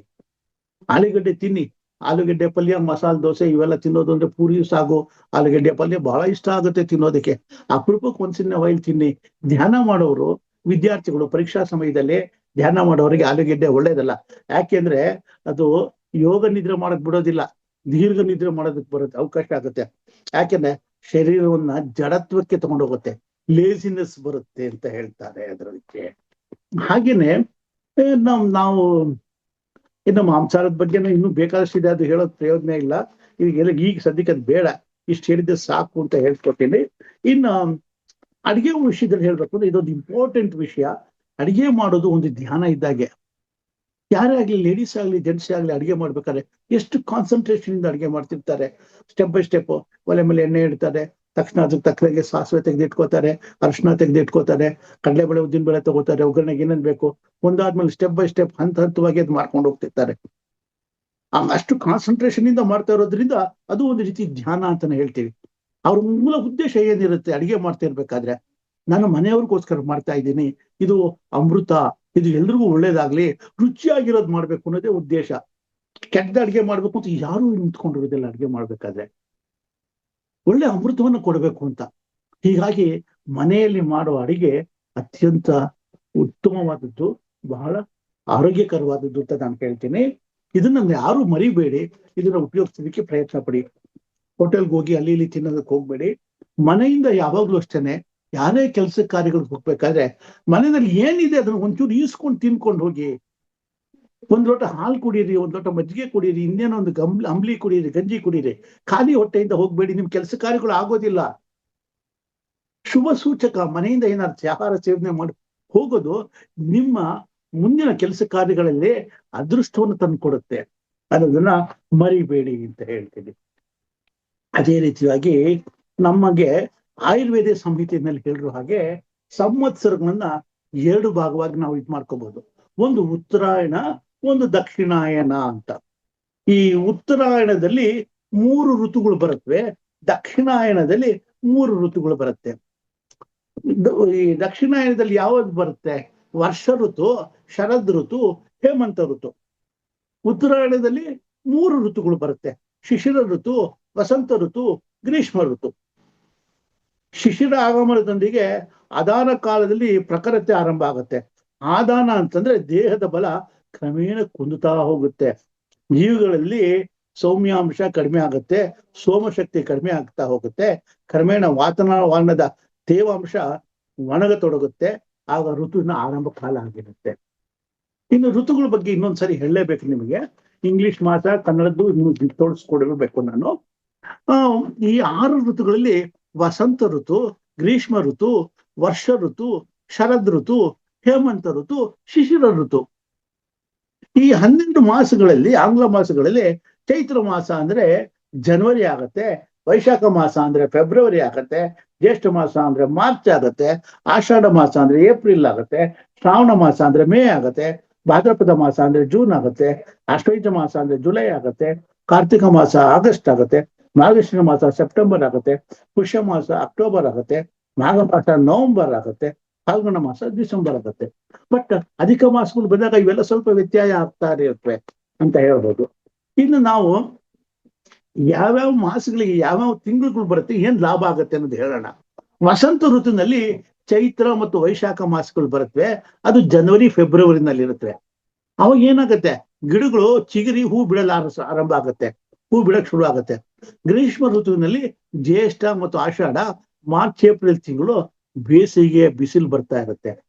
ವರ್ಷ ಋತು ಶ್ರಾವಣ ಭಾದ್ರಪದ, ಮೇ ಜೂನ್ ಮಳೆಗಳು ಹೆಚ್ಚಾಗಿ ಬರುತ್ತೆ. ಶರದ್ ಋತು ಆಶ್ವಯುಜ ಕಾರ್ತಿಕ ಮಾಸ, ಜುಲೈ ಆಗಸ್ಟ್ ಬೆಳದಿಂಗಳು ಇರುತ್ತೆ ಆ ಕಾಲದಲ್ಲಿ. ಹೇಮಂತ ಋತು ಮಾರ್ಗಶಿರ ಪುಷ್ಯ ಮಾಸ, ಸೆಪ್ಟೆಂಬರ್ ಅಕ್ಟೋಬರ್ ಚಳಿಗಾಲ, ಮಂಜು ಸುರಿತಾ ಇರುತ್ತೆ. ಶಿಶಿರ ಋತು ಅಂದ್ರೆ ಮಾಘ ಮಾಸ, ಫಾಲ್ಗುಣ ಮಾಸ, ನವೆಂಬರ್ ಡಿಸೆಂಬರ್ ತಿಂಗಳು ಎಲೆಗಳು ಉದುರುತ್ತಾ ಇರುತ್ತವೆ. ಮುಂದಿನ ಚೈತ್ರ ಮಾಸಕ್ಕೆ ವೈಶಾಖ ಮಾಸಕ್ಕೆ ದಾರಿ ಮಾಡ್ತಾ ಇರುತ್ತೆ. ಇನ್ನು ನಾವು ಈಗ ಸಸ್ಯಾಹಾರದಲ್ಲಿ ಈಗ ಒಂದು ಬೇಸಿಕ್ ಎಷ್ಟು ಋತುಗಳು ಏನು ಬರುತ್ತೆ ಅನ್ನೋದೆಲ್ಲ ನಾವು ತಿಳ್ಕೊಂಡ್ವಿ. ಈಗ ವರ್ಷ ಋತುವಿನಲ್ಲಿ ನಾವು ಈಗ ಎಲ್ಲಾ ಋತುಗಳ ಬಗ್ಗೆ ಡೀಟೇಲ್ ಆಗಿ ಇದು ಮಾಡಕ್ಕಾಗಲ್ಲ. ವರ್ಷ ಋತುದ ಬಗ್ಗೆ ಸ್ವಲ್ಪ ಮಾತಾಡೋಣ. ಈ ಶ್ರಾವಣ ಭಾದ್ರಪದದಲ್ಲಿ ಬರುತ್ತೆ, ಅಂದ್ರೆ ಮೇ ಜೂನ್. ಇನ್ನೇನು ಏಪ್ರಿಲ್ ಮುಗಿತಾ ಬಂತು, ಏಪ್ರಿಲ್ ಆಗ್ಲೇ ಇವತ್ತಿಗೆ 8ನೇ ತಾರೀಕು ಆಗಿದೆ, ಇನ್ನೊಂದು 20 ದಿವಸ ಅಷ್ಟೇನೆ. ಆಮೇಲೆ ಏನಾಗುತ್ತೆ, ಮಳೆಗಾಲದಲ್ಲಿ ಮನುಷ್ಯನ ಶರೀರದಲ್ಲಿ ರೋಗ ಶಕ್ತಿ ಕಡಿಮೆ ಆಗುತ್ತೆ. ಇಂತಹ ಸಮಯದಲ್ಲಿ ಆಹಾರದ ನಿರ್ವಹಣೆಯನ್ನ ನಾವು ಚೆನ್ನಾಗಿ ಕಾಪಾಡ್ಕೋಬೇಕು. ಆರೋಗ್ಯ ಸುಧಾರಿಸ್ಕೊಳ್ಳೋಕೆ ಇದು ಇಂಪಾರ್ಟೆಂಟ್. ಅದಕ್ಕೋಸ್ಕರನೇ ಇದನ್ನ ಸೆಲೆಕ್ಟ್ ಮಾಡಿ ಇವತ್ತಿನ ದಿವಸ ವರ್ಷ ಋತು ಬಗ್ಗೆ ನಾವು ನಮ್ಮ ಆತ್ಮ ಬಂಧುಗಳಿಗೆ ತಿಳಿಸ್ಲೇಬೇಕು ಅಂತ ಬಂದಿದ್ದು. ₹1 ಖರ್ಚಿಲ್ಲದೆ ಆರೋಗ್ಯವನ್ನ ನಾವು ಕಾಪಾಡ್ಕೊಳ್ಳೋಣ. ಸೊ ಆಡು ಮಾತಲ್ಲಿ ಹೇಳ್ಬೇಕು ಅಂದ್ರೆ, ಮಳೆಗಾಲ ಎನ್ನುವುದು ಆಯುರ್ವೇದದಲ್ಲಿ ವರ್ಷ ಋತುವಿನ ಆಗಮನ ಅಂತೀವಿ. ಈ ಋತುವಿನಲ್ಲಿ ಆಹಾರ ವಿಹಾರದ ಕ್ರಮಕ್ಕೆ ಆಯುರ್ವೇದದಲ್ಲಿ ವರ್ಷ ಋತುಚರ್ಯ ಅಂತ ಕರೀತಾರೆ, ವರ್ಷ ಋತುಚರ್ಯ ಅಂತ ಕರಿತೀವಿ. ಈ ವರ್ಷ ಋತು ಕೆಲವರಿಗೆ ಸಂತಸ ತರುತ್ತೆ ಮಳೆಗಾಲ, ಮತ್ತೆ ಕೆಲವರಿಗೆ ಭಯ ಗಾಬರಿ ಉಂಟು ಮಾಡುತ್ತೆ. ಏಕೆಂದ್ರೆ ಮಳೆಗಾಲದಲ್ಲಿ ಕೆಲವು ಕಾಯಿಲೆಗಳು ಉಲ್ಬಣ ಆಗುತ್ತೆ. ಉದಾಹರಣೆಗೆ ಮಳೆಗಾಲದಲ್ಲಿ ಅಸ್ತಮ, ವಾತ, ಪಿತ್ತ ದೋಷಗಳು ಜಾಸ್ತಿ ಆಗತ್ತೆ. ಶೈತ್ಯ ಪ್ರಕೃತಿ ಇರೋರ್ಗಂತೂ ತುಂಬಾ ಭಯ ಆಗತ್ತೆ. ಏದುಸಿರು, ಉಬ್ಬುಸ ಇವೆಲ್ಲ ಬರೋ ಚಾನ್ಸಸ್ ಇರುತ್ತವೆ. ಹಾಗಾಗಿ ವರ್ಷ ಋತುವಿನಲ್ಲಿ ಮಳೆಗಾಲದಲ್ಲಿ ಮನುಷ್ಯನಿಗೆ ರೋಗ ನಿರೋಧಕ ಶಕ್ತಿ ಕಡಿಮೆ ಆಗ್ಬಿಡುತ್ತೆ. ಅದಕ್ಕಾಗಿ ನಾವು ಆರೋಗ್ಯದ ಕಡೆ ಗಮನ ಕೊಡ್ಲೇಬೇಕು. ಏನು ಗಮನ ಕೊಡ್ಬೇಕು? ನೆಗಡಿ, ಕೆಮ್ಮು, ಜ್ವರ, ಅಸ್ತಮ ಇವೆಲ್ಲ ಜಾಸ್ತಿ ಬರುತ್ತೆ, ಅದಕ್ಕೆ ಪ್ರಿಫರೆನ್ಸ್ ತಗೋಬೇಕಾಗತ್ತೆ. ಅದೇ ರೀತಿಯಾಗಿ ಕೆಲವು ಸಾರಿ ಡೆಂಗು, ಮಲೇರಿಯಾ, ಟೈಫಾಯ್ಡ್, ಕಾಲರಾ ಇಂಥ ಕಾಯಿಲೆಗಳು ಬಂದು ನಮ್ಮನ್ನ ಅಟ್ಯಾಕ್ ಮಾಡೋ ಚಾನ್ಸಸ್ ಇರುತ್ತೆ. ಆಯುರ್ವೇದ ಶಾಸ್ತ್ರದ ಪ್ರಕಾರ ಆಹಾರ ಮತ್ತು ವಿಹಾರಗಳು ಹೇಗಿರ್ಬೇಕು ಅನ್ನೋದಕ್ಕೆ ಕೆಲವು ವಿಚಾರಗಳಿದೆ. ಆಹಾರ ಕ್ರಮ ಏನು, ಮಳೆಗಾಲದಲ್ಲಿ ನಾವು ಬಿಸಿ ನೀರಿನ ಸೇವನೆ ಅತ್ಯವಶ್ಯಕ. ಪ್ರತಿದಿನ 2 ರಿಂದ 3 ಲೀಟರ್ ಬಿಸಿ ನೀರು, ಅಂದ್ರೆ ಕುದಿಯೋ ಬಿಸಿ ನೀರು ಅಂತ ಏನಿಲ್ಲ, ಸ್ವಲ್ಪ ಬೆಚ್ಚಗಿರೋ ನೀರು ಕುಡಿದ್ರೂ ಪರವಾಗಿಲ್ಲ, ನಮಗೆ ಟಾಲರೆಂಟ್ ಆಗಿರುವಂಥದ್ದು. ಸುಲಭವಾಗಿ ಆಹಾರ ಜೀರ್ಣಿಸುವಂತ ಆಹಾರಗಳನ್ನ ನಾವು ಸೇವಿಸ್ಬೇಕು. ವರ್ಷ ಋತುವಿನಲ್ಲಿ ಜೀರ್ಣಕ್ರಿಯೆ ಶಕ್ತಿ ಕಡಿಮೆ ಇದೆ, ಅದಕ್ಕೋಸ್ಕರ ನಮ್ಗೆ ಇಷ್ಟ ಬಂದಿದ್ದೆಲ್ಲ ತಿನ್ನಕ್ ಹೋಗ್ಬಾರ್ದು. ಶುಂಠಿ, ಕರಿಮೆಣಸು, ಅರಿಶಿಣವನ್ನ ಹೆಚ್ಚು ಹೆಚ್ಚು ಆಗಿ ಬಳಸಬೇಕು. ಇಲ್ಲಿ ನಮ್ಮ ಅಡಿಗೆನಲ್ಲಿ ಹೆಸರು ಬೇಳೆ ಚೆನ್ನಾಗಿ ಉಪಯೋಗಿಸ್ಬೇಕು, ಅದು ಬೇಗ ಜೀರ್ಣ ಆಗತ್ತೆ, ಆರೋಗ್ಯಕ್ಕೆ ಒಳ್ಳೇದು. ಹಸುವಿನ ತುಪ್ಪ, ಬಾರ್ಲಿ, ಗೋಧಿ, ಈರುಳ್ಳಿ ಇವೆಲ್ಲ ಸೇವನೆ ಬಹಳ ಚೆನ್ನಾಗಿರುತ್ತೆ, ಒಳ್ಳೇದು ಅಂತಾನು ಹೇಳ್ತೀವಿ. ಸ್ವಲ್ಪ ಪ್ರಮಾಣದಲ್ಲಿ ಜೇನುತುಪ್ಪನು ಸೇವಿಸಬಹುದು. ಬಿಸಿ ನೀರಿನಲ್ಲಿ ಸ್ನಾನ ಮಾಡಿ, ಯೋಗಾಭ್ಯಾಸ ಮಾಡಿ, ಪ್ರಾಣಾಯಾಮವನ್ನು ಮಾಡೋದನ್ನ ಮರಿದೇ ಇರಬೇಡಿ. ಎಸ್ಪೆಷಲಿ ಅಸ್ತಮ, ಶ್ವಾಸಕೋಶದ ಸಮಸ್ಯೆಗಳಿರೋರಿಗೆ ಮಳೆಗಾಲದಲ್ಲಿ ಇದು ಬಹಳ ಮುಖ್ಯವಾದಂತದ್ದು. ಹಾಗೇನೆ ಈ ಶುದ್ಧ ಹಸುವಿನ ಹಾಲು ಅರ್ಧ ಲೀಟ್ರು, 1/4 ಲೀಟರ್ ತಗೋಬೇಕು. 1 ಟೀ ಸ್ಪೂನ್ ಅರಿಶಿನ ಹಾಕಿ ಅದನ್ನ ಕುದಿಸ್ಬಿಟ್ಟು ಕುಡಿಯುವಂಥದ್ದು. ತುಳಸಿ ಎಲೆ 5 ರಿಂದ 6 ಹಾಕೊಳ್ಳಿ. ಅಮೃತ ಬಳ್ಳಿ ಕಾಂಡ ಚಿಕ್ಕದು 1-2 ತುಂಡು ಹಾಕಿ, ಕಾಳು ಮೆಣಸು 2-3 ಹಾಕೊಳ್ಳಿ, ಶುಂಠಿ 1 ಇಂಚು, ಜೀರಿಗೆ 1/4 ಸ್ಪೂನು. ಈ ಎಲ್ಲವೂ ಸಾಮಗ್ರಿಗಳನ್ನು 400 ml ನೀರಿನಲ್ಲಿ ಹಾಕಿ ಅದನ್ನ ಇಂಗಿಸಿ 100 ml ಮಾಡಿ, ಅದನ್ನ ಬೆಳಗ್ಗೆ 50 ml, ಸಂಜೆ 50 ml, ಹೀಗೆ ಊಟಕ್ಕೆ ಅರ್ಧ ಗಂಟೆ ಮೊದಲು ಸೇವಿಸಿದ್ರೆ ನಿಮ್ಮ ಆರೋಗ್ಯದಲ್ಲಿ ಸಾಕಷ್ಟು ಸುಧಾರಣೆಗಳು ಬರುತ್ತವೆ. ನೆಲ್ಲಿಕಾಯಿಯನ್ನ ಸೇವನೆ ಮಾಡೋದು ಒಳ್ಳೇದು, ಬಹಳ ಒಳ್ಳೇದು. ಇದು ಕೆಲವು ಸರಿ ಕೆಲವ್ರಿಗೆ ಹೆಲ್ತ್ ಪ್ರಾಬ್ಲಮ್ ಇರುತ್ತೆ ಅಂತ ನೋಡಿ ಚೆಕ್ ಮಾಡ್ಕೋಬೇಕಾಗತ್ತೆ. ಇಲ್ಲ ಅದಕ್ಕೆ ಸ್ವಲ್ಪ ಉಪ್ಪು ಮಿಶ್ರಣ ಮಾಡ್ಕೊಂಡು ಸೇವಿಸಿದ್ರೆ ಏನ್ ತೊಂದರೆ ಆಗಲ್ಲ ಅಂತಾನು ಹೇಳ್ಬೋದು. ಆಮೇಲೆ ವರ್ಷ ಋತು ಅಂದ್ರೆ ಮಳೆಗಾಲದಲ್ಲಿ ಈ ಎಣ್ಣೆ ಪದಾರ್ಥಗಳು, ಎಣ್ಣೆಯ ಕರಿದ ಪದಾರ್ಥಗಳು, ಖಾರದ ಪದಾರ್ಥಗಳನ್ನ ಸೇವಿಸಬಾರದು. ಹುಳಿ ಪದಾರ್ಥಗಳು, ಜಂಕ್ ಫುಡ್, ಅಲ್ಲಿದ್ದ ಆಳು ಮುಳು ನಾವು ರೆಡಿಮೇಡ್ ಫುಡ್ಗಳು ಬರ್ತದೆ, ಕುರ್ಕುರೆ ಅಂತೆಲ್ಲ, ಅಂತದೆಲ್ಲ ತಿನ್ನಕ್ ಹೋಗ್ಬಾರ್ದು. ಮೈದಾ ಮತ್ತು ಬೇಕರಿ ತಿನಿಸುಗಳನ್ನ ಈ ಮಳೆಗಾಲದಲ್ಲಿ ತಿನ್ಲೇಬೇಡಿ. ಮಾಂಸಾಹಾರ ಈ ಸಮಯದಲ್ಲಿ ಪಚನ ಆಗದೆ ಇರೋದ್ರಿಂದ ಮಳೆಗಾಲದಲ್ಲಿ ಸೇವಿಸೋದು ಒಳ್ಳೇದಲ್ಲ. ತೊಗರಿ ಬೇಳೆ ಸೇವಿಸೋದು ಬೇಡ, ಅದು ವರ್ಜ್ಯ ಅಂತ ಹೇಳ್ತೀವಿ. ಐಸ್ ಕ್ರೀಮ್, ಫಾಸ್ಟ್ ಫುಡ್ ಇಂಥವೆಲ್ಲ ತಿನ್ನಬೇಡಿ. ತಣ್ಣೀರನ್ನ, ಕೋಲ್ಡ್ ವಾಟರ್ನ ಕುಡಿಯೋದು ಬೇಡಿ. ರಾತ್ರಿ ಉಳಿದ ತಂಗಳನ್ನ ಬೆಳಗ್ಗೆ ಎದ್ದು ತಿನ್ನೋದು ಖಂಡಿತ ಮಾಡಬೇಡಿ. ಆದಷ್ಟು ಅವಾಯ್ಡ್ ಮಾಡಿ. ಎಷ್ಟು ಬೇಕೋ ಅಷ್ಟು ಅಡಿಗೆ ಮಾಡ್ಕೊಳ್ಳಿ, ಅದನ್ನ ತಿನ್ನಿ. ಉಳಿಸ್ಬಿಟ್ಟು ನೆಕ್ಸ್ಟ್ ಡೇ ಬೆಳಿಗ್ಗೆ ಅದನ್ನ ಇಟ್ಕೊಂಡು ತಿಂದು ಆರೋಗ್ಯನ ಕೆಡಿಸ್ಕೋಬೇಡಿ. ಮಳೆಗಾಲದಲ್ಲಿ ಕ್ರಿಯೆ ಶಕ್ತಿ ಕಮ್ಮಿ ಇರುತ್ತೆ. ಈ ಋತುವಿನಲ್ಲಿ ಅಜೀರ್ಣ, ಗ್ಯಾಸ್, ಮಲಬದ್ಧತೆ ಅನ್ನೋದು ಸಾಮಾನ್ಯ ಇರುತ್ತೆ. ಒಂದು ಸಣ್ಣದಾದ ಶುಂಠಿ, ಅದಕ್ಕೆ ಸ್ವಲ್ಪ ಸೈಂಧವಲನ ಮಿಶ್ರಣ ಮಾಡಿ, ಈ ಮಿಶ್ರಣವನ್ನ ಅರ್ಧ ಗಂಟೆ ಮೊದಲು ಊಟಕ್ಕೆ ಒಂದು ಸ್ವಲ್ಪ ಪ್ರಮಾಣದಲ್ಲಿ ತಿನ್ನೋದು ಬಹಳ ಒಳ್ಳೇದು. ತ್ರಿಫಲ ಚೂರ್ಣ 1 ಟೀ ಸ್ಪೂನ್ ರಾತ್ರಿ ಬಿಸಿನೀರಿನಲ್ಲಿ ಸೇರಿಸಿ ಸೇವಿಸೋದ್ರಿಂದ ತುಂಬಾ ಒಳ್ಳೇದು. ಈ ಕಾಲದಲ್ಲಿ, ಮಳೆಗಾಲದಲ್ಲಿ ಪಪಾಯ ಹಣ್ಣು ತಿನ್ನೋದು ಒಳ್ಳೇದು. ಯಾಕೆಂದ್ರೆ ಉಷ್ಣ ಜಾಸ್ತಿ ಅದು, ಹಾಗಾಗಿನೇ ನಮ್ಮ ಶರೀರದಲ್ಲಿ ಬ್ಯಾಲೆನ್ಸ್ ಮಾಡುತ್ತೆ. ಇಂಗು ಮಿಶ್ರಿತ ಮಜ್ಜಿಗೆಯನ್ನು ಕೂಡ ಸೇವಿಸಬಹುದು ಈ ಟೈಮಿನಲ್ಲಿ. ಇನ್ನು ಮಳೆಗಾಲದಲ್ಲಿ ಮಳೆಯಿಂದ ಕೂಡಿದ ಶೀತ ಗಾಳಿ ನಮ್ಮ ವಾತಾವರಣ ತಣ್ಣಗೆ ಮಾಡಿರುತ್ತೆ. ಶೀತ ಗಾಳಿಯಿಂದ ಮಳೆಯಲ್ಲಿ ಒಮ್ಮೆಲೆ ಶರೀರ ತೇವಾಂಶ ಆಗುತ್ತೆ. ನಮ್ಗೆ ಹಾಗೆ ಎದುರುಗಡೆ ಕೂತಿದ್ರು ಸಾಕು, ಕಿಟಕಿ ತೆಕ್ಕೊಂಡು ಆ ತೇವಾಂಶ ನಮ್ಮ ಶರೀರದ ಮೇಲೆ ಬಂದು ಬೀಳುತ್ತೆ. ಇನ್ನು ನಾವು ಹೊರಗಡೆ ಓಡಾಡ್ತೀವಿ ಅಂದ್ರೆ ದೇಹ ಎಲ್ಲ ಇದಾಗತ್ತೆ. ಆಗ ನಮಗೆ ವಾತ ದೋಷಗಳು ಕಂಡು ಬರುತ್ತೆ. ಹೊಸದಾಗಿ ಬಿದ್ದ ಮಳೆ ನೀರಿನಲ್ಲಿ ಆಮ್ಲ ಗುಣ ಜಾಸ್ತಿ ಇರುತ್ತೆ. ಹಾಗಾಗಿ ಫಸ್ಟ್ ಬರೋ ರೈನ್ಗಳು ಪಿತ್ತ ದೋಷ ಹೆಚ್ಚಾಗುತ್ತೆ. ಹೀಗಾಗಿ ಆಮ್ಲ ದೋಷ ಹಾಗೂ ಪಿತ್ತ ದೋಷ ಎರಡೂ ಸೇರ್ಕೊಂಡಾಗ ಕಫ ಉತ್ಪತ್ತಿ ಆಗುತ್ತೆ. ಶರೀರದಲ್ಲಿ ಕಫ ಜಾಸ್ತಿ ಆಗುತ್ತೆ.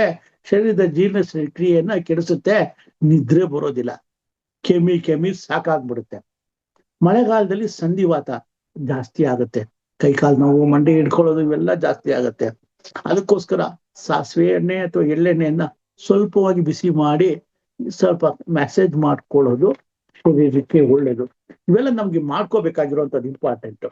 ಆಮೇಲೆ ಯಾವುದೇ ಕಾರಣಕ್ಕೂ ನೆಲದ ಮೇಲೆ, ಖಾಲಿ ನೆಲದ ಮೇಲೆ ಕೂತ್ಕೋಬೇಡಿ. ನೆಲ ಹಾಸನ್ನ ಹಾಕೊಂಡು ಕೂತ್ಕೊಳ್ಳಿ, ಇಲ್ಲ ಅದ್ರ ಮೇಲೆ ಚಾಪೆ ಅಥವಾ ನೆಲ ಹಾಸನ್ನ ಹಾಕೊಂಡು ಮಲಗ್ಕೊಳ್ಳಿ. ಚೇರ್ ಮೇಲೆ ಕೂತ್ಕೊಳ್ಳೋರು ಕಾಲತ್ರ ಪುಟ್ಟ ಮ್ಯಾಟ್ಗಳನ್ನ ಹಾಕೊಳ್ಳಿ, ನೆಲ ಹಾಸ್ಗಳನ್ನ ಹಾಕೊಂಡು ಕೂತ್ಕೊಳ್ಳೋದು ಒಳ್ಳೇದು ಅಂತ ಹೇಳ್ತೀವಿ ನಾವು. ಮಳೆಗಾಲದಲ್ಲಿ ಸಂಧಿವಾತ ಇರೋರು ಬಹಳ ಕೇರ್ಫುಲ್ ಆಗಿರ್ಬೇಕು. ಮಳೆಗಾಲದ ಸಮಯದಲ್ಲಿ ಷಡ್ರಸಯುಕ್ತವಾದಂತ ಆಹಾರ ಸೇವನೆ ಮಾಡೋದು ಒಳ್ಳೇದು. ಯಾವುದಿದು ಷಡ್ರಸ? ಮಧುರ ರಸ, ಸಿಹಿ ರಸ. ಸಿಹಿ ರಸ ಸ್ವಲ್ಪ ಸೇವನೆ ಮಾಡೋದ್ರಿಂದ ರಕ್ತ ವೃದ್ಧಿ. ಅದನ್ನೇನು ಒಂದೊಂದು ದೊಡ್ಡ ಲೋಟದಷ್ಟೇ ತಗೋಬೇಕು ಅಂತಿಲ್ಲ, ಒಂದೊಂದು ಸ್ವಲ್ಪ ತಗೋಬಹುದು ನಾವು. ಆಮ್ಲ ರಸ, ಹುಳಿ ರಸ, ಅದನ್ನ ಹುಳಿನ ರುಚಿನ ನಾವು ತಿನ್ನೋದ್ರಿಂದ ಮೂಳೆ ಮಜ್ಜೆಗಳು ವೃದ್ಧಿ ಆಗುತ್ತೆ. ಲವಣ ರಸ, ಉಪ್ಪನ್ನ ನಾವು ರುಚಿನ ತಗೊಳ್ಳೋದ್ರಿಂದ, ಉಪ್ಪಿನ ರುಚಿ ಇದು, ಮೂಳೆ ವೃದ್ಧಿ ಆಗುತ್ತೆ, ಮೂಳೆಯ ಬೆಳವಣಿಗೆಗೆ ಸಹಕಾರಿಯಾಗುತ್ತೆ. ಕಟು ರಸ ಅಂದ್ರೆ ಖಾರ ತಿನ್ನೋದ್ರಿಂದ ಮಾಂಸ ವೃದ್ಧಿ ಆಗುತ್ತೆ. ಮಳೆಗಾಲದಲ್ಲಿ ಖಾರ ಬೇಕೇ ಬೇಕು. ಖಾರ ತಿನ್ನೋದ್ರಿಂದ ನಿಮ್ಮ ಶರೀರದಲ್ಲಿರೋ ಮಾಂಸಗಳಲ್ಲಿ ಹೆಚ್ಚು ಪೋಷಕಾಂಶ ಸೇರುತ್ತೆ, ಮಾಂಸ ವೃದ್ಧಿ ಆಗೋದಕ್ಕೆ ಸಹಕಾರ ಆಗುತ್ತೆ. ತಿಕ್ತ ರಸ ಅಂದ್ರೆ ಕಹಿ ರಸ, ಇದು ಮೇಧಸ್ಸನ್ನ ಹೆಚ್ಚು ಮಾಡುತ್ತೆ. ಕಷಾಯ ರಸ, ಒಗರು, ಇದು ರಸಧಾತು. ಇವೆಲ್ಲನ್ನ ನಾವು ಷಡ್ರಸ ಅಂತ ಕರಿತೀವಿ. ಮಧುರ ರಸ, ಆಮ್ಲ ರಸ, ಲವಣ ರಸ, ಕಟು ರಸ, ತಿಕ್ತ ರಸ, ಕಷಾಯ ರಸ. ಈ ಎಲ್ಲವನ್ನ ನಾವು ಅನ್ನದ ಜೊತೆ ಸೇರಿಸ್ಕೊಂಡು ತಿಂತೀವಿ. ಅನ್ನನೇ ಮುಖ್ಯ ಅಲ್ವಾ? ಹಾಗಾಗಿ ಶುಕ್ರಧಾತು ವೃದ್ಧಿ ಆಗುತ್ತೆ ನಿಮ್ಮಲ್ಲಿ.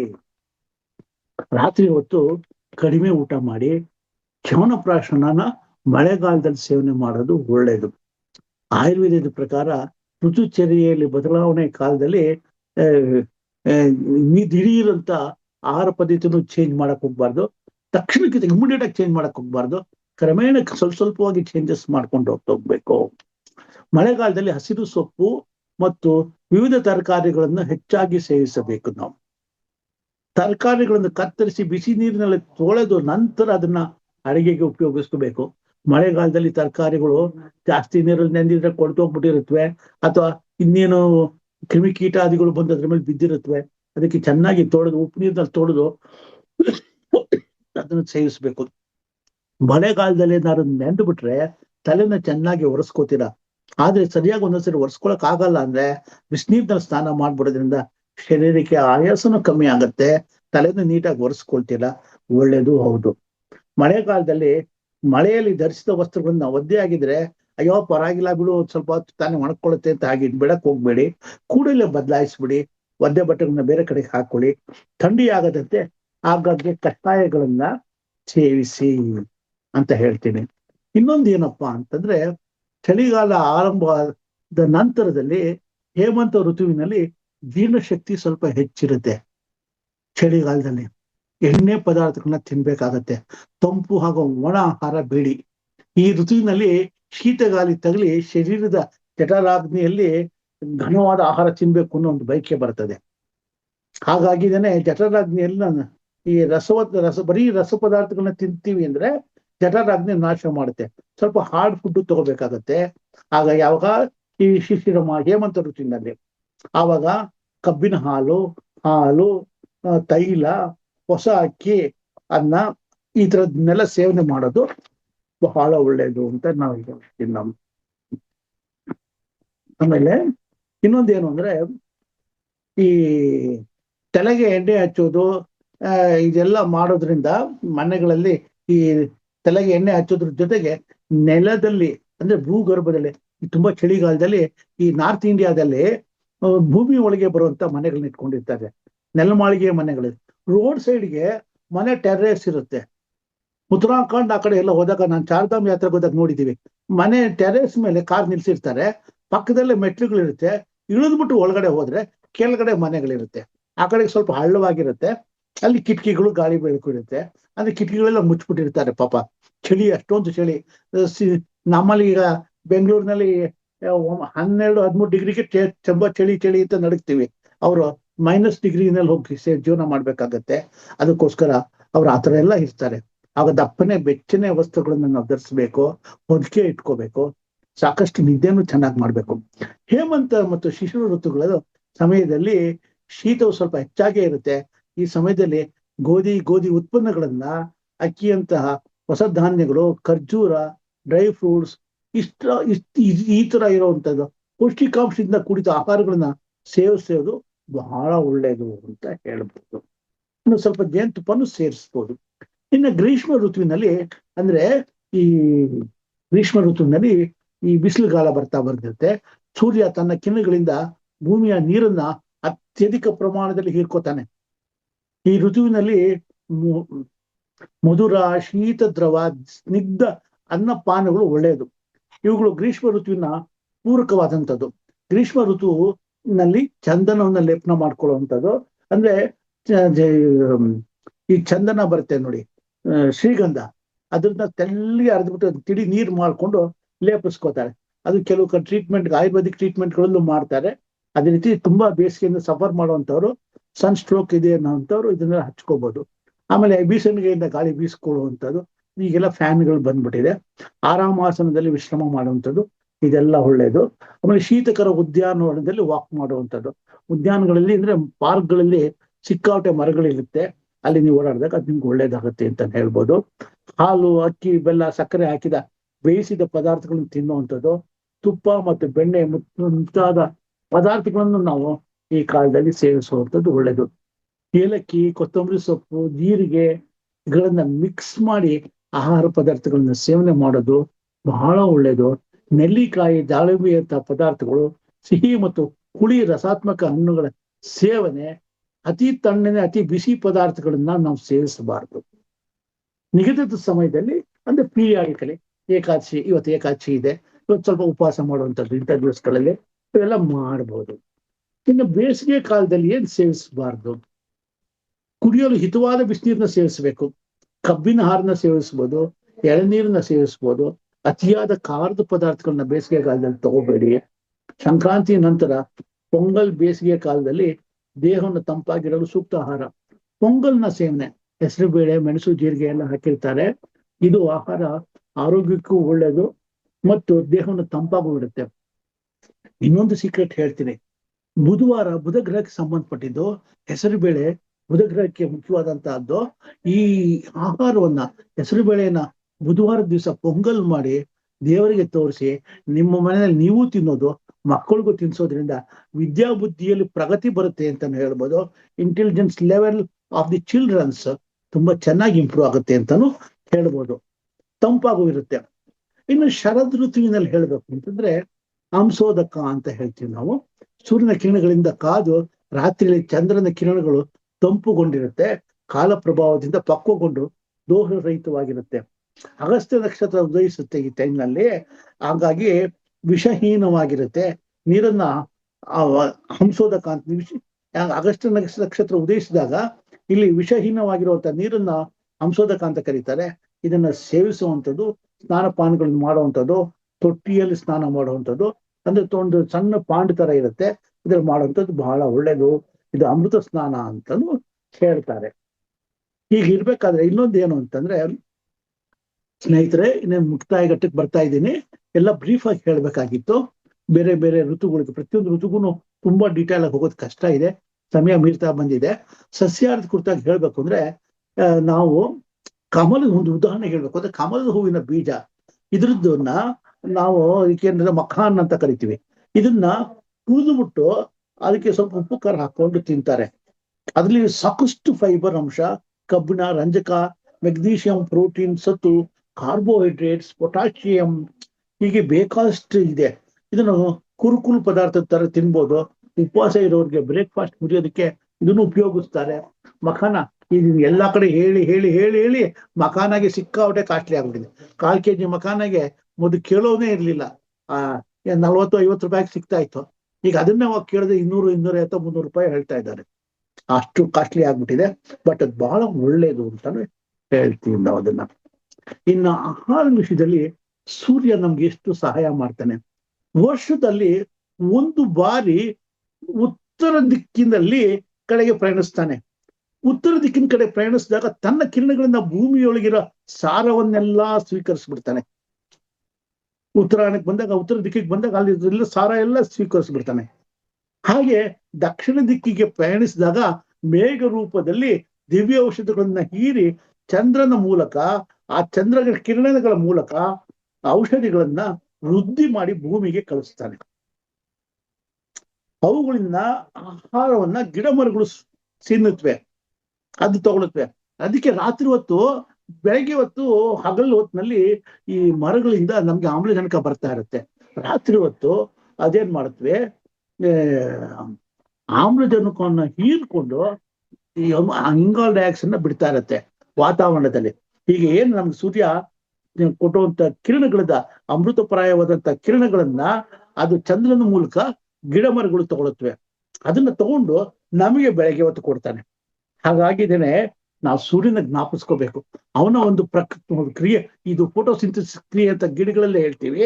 ಇದು ಸೂರ್ಯ ತಾನು ಉತ್ತರ ದಿಕ್ಕಿಗೆ ಬಂದಾಗ ಭೂಮಿಯಲ್ಲಿ ಬರುವಂತ ಸಾರ ತಗೊಂಡು ಅದನ್ನ ಪ್ಯೂರಿಫೈ ಮಾಡಿ ಅದಕ್ಕೆ ಶಕ್ತಿಯನ್ನು ತುಂಬಿ ಭೂಮಿಗೆ ಕಳಿಸ್ತಾನೆ.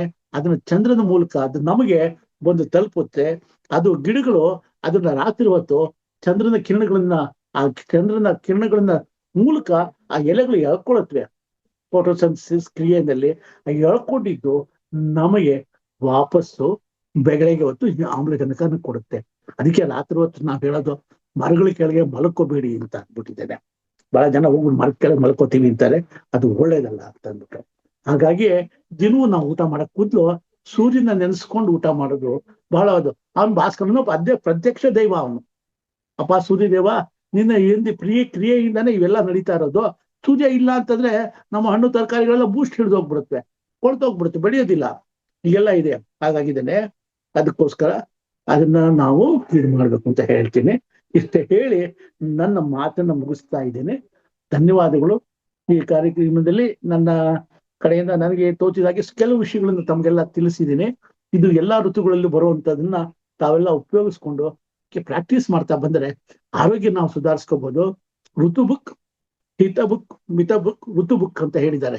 ಅಂದ್ರೆ ಹಿತವಾಗಿರುವಂತ ಆಹಾರವನ್ನ ಮಿತವಾಗಿ ಸೇವಿಸೋದು, ಹಾಗೆ ಋತುಗಳಲ್ಲಿ ನಾವು ಏನು 6 ಋತುಗಳಿದೆ, ಆ ಋತುಗಳಿಗೆ ತಕ್ಕನಾಗಿ ನಾವು ಆಹಾರವನ್ನ ಮಾರ್ಪಾಡು ಮಾಡಿಕೊಂಡು, ಬದಲಾವಣೆ ಮಾಡಿಕೊಂಡು ಆಹಾರವನ್ನು ಸೇವಿಸೋದ್ರಿಂದ ನಮ್ಮ ಆರೋಗ್ಯದಲ್ಲಿ ಹೆಚ್ಚಿನ ಪ್ರಗತಿಯನ್ನು ತಗೋಬಹುದು.